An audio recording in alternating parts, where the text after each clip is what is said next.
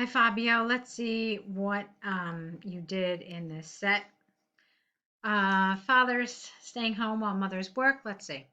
Experts throughout both the developing and developed world have debated over the new trend of fathers staying at home to provide for the kids while mothers go out to earn the bread. Now, let's talk about this sentence. First of all, I prefer it if you do not use kids. It feels a little informal. Okay. And then earning the bread is an idiomatic expression, which doesn't really have a place in an essay like this. It's more at home in spoken language. So maybe you could have changed this a little bit. Um, I mean, we do say breadwinner. Yes, that's true. But this still felt a little conversational to me. So, to provide for the children while mothers go out to just, yeah, earn money, really, you know? So, I personally believe that, mm, I personally believe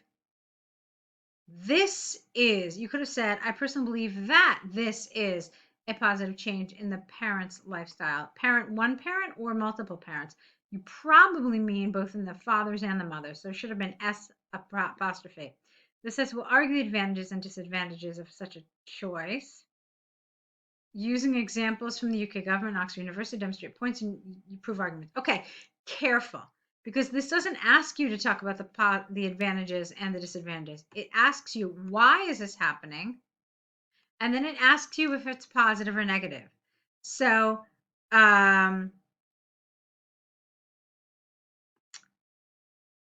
this sentence for me is kind of irrelevant. Okay, you could have said this essay will discuss the reasons behind this trend and why overall it is a positive development for our society. That would have made sense.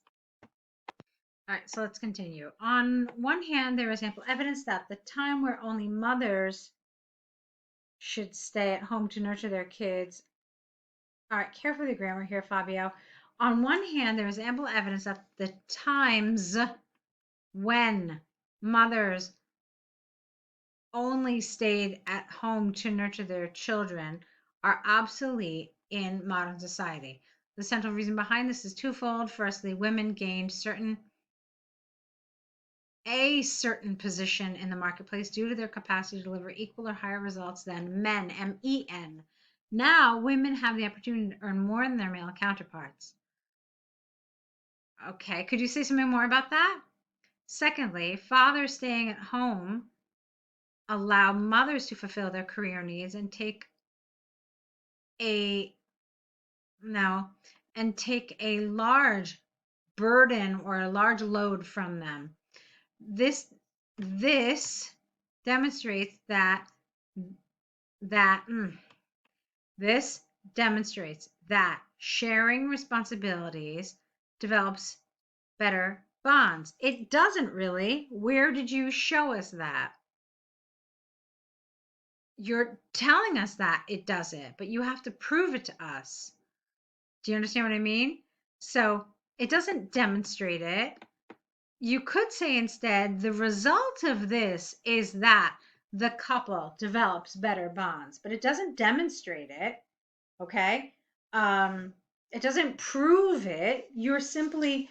Um, you're simply assuming that it does, and now you have to tell us why you think this, okay? So, for example, recent empirical research by the UK government demonstrated that 90% of families where the father takes care of children at home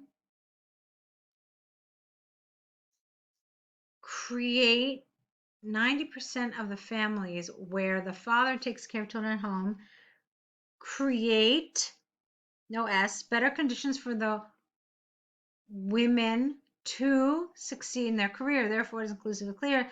Equal rights create more opportunities for family happiness. Get rid of the. All right. I'm not 100% convinced by some of your arguments. I don't feel that they necessarily linked very closely to each other. And I don't really feel like you absolutely fully explored the ideas that you had. So, as far as task achievement is concerned, I feel like this could have been a little stronger. Okay. All right, let's see what else. On the other hand, although there is a case for employability, empowerment, and even leadership of women favoring their careers, the impact of such a choice, no comma here, cannot be overstated. There are some drawbacks to this. You don't have to say that. That's what the whole reason why you write that previous sentence is, so that you don't have to have this little sentence. There are some drawbacks to this. Okay. Now, uh, let's see. What you want to do when you use this kind of a sentence, although there is a case for XYZ, what you want to do is you want to refer back to some of your main ideas from the previous paragraph. So you could have just said, although there is a case for employability and better familial relationships when women pursue their career, the impact of such a choice cannot be overstated. That would have made more sense. So, for example, a father's nurturance will never triumph over a mother's. Okay, why? Explain it to me. Furthermore, progressing in one's career, one apostrophe S, is time consuming and most of the time demands traveling. Sometimes mothers tend not to make such a choice as they feel it would negatively, ly, affect their family. However, it is possible to state that women have acquired equal rights and benefits in the business field, as well as what? No. Uh, how about just as men have the same responsibilities in the household? I don't really love this sentence. I don't really feel like it does anything useful. It doesn't support what you've been saying. It just kind of changes the perspective. And so this isn't the place where you want to do that. You don't want to just kind of change perspective at the very last sentence of your paragraph. So I don't think that was such a good idea. Okay, from the arguments and examples given, I firmly believe that the most skilled and capable person, I don't understand this sentence. I firmly believe that the most skilled and capable person, I don't understand, I don't know, should do the job is the only thing that really comes to my mind, irrespective of their gender. It is predicted that fathers taking care of their children at home will increasingly grow in importance. Mothers, S, will have the opportunity to chase their dreams. Okay. So, let's see. A few things that I want to talk about here. First of all, for me, the big problem was that you didn't really appropriately answer the question. You did this as an advantages, disadvantages essay, but that's not what the essay asked. It had two questions. Why is this shift happening? What's the reason behind it? And then tell me, positive or negative. Okay, you didn't really do that. So that was the first big problem for me. Then I felt like some of your arguments weren't really supported. I didn't feel like you really developed them. There was definitely a problem in the flow of your ideas. And then, of course, there were some grammatical and lexical problems where I wasn't really sure what you were trying to say. So that's some of the stuff that I really want you to work on in this essay. Yeah, like I don't really feel like this was particularly convincing. I wanted more here. All right. Let's take a look at what you did in your task one, though. All right, let's take a look how you did with your letter. Dear sir, I'm writing this letter to express my dissatisfaction with the service provided by your company. I hired your service to move my household items from Sao Paulo to Curitiba on September 15th. Okay. I would like to complain that my set of wine glasses and my favorite vase were broken during the transportation. I carefully instructed your staff while packing. Okay. I carefully instructed your staff while packing that these were very sensitive items and could easily break. BREAK. It seems that your personnel didn't pay enough attention and wrongly packed the goods. As a result, with a singular, no S here, they're all damaged and inappropriate for use. Okay, that's a little awkward. You could say they are all damaged and unsalvageable. They are all damaged and can no longer be used. Okay? All right, let's keep going. As stated in our terms and conditions, S, contract, I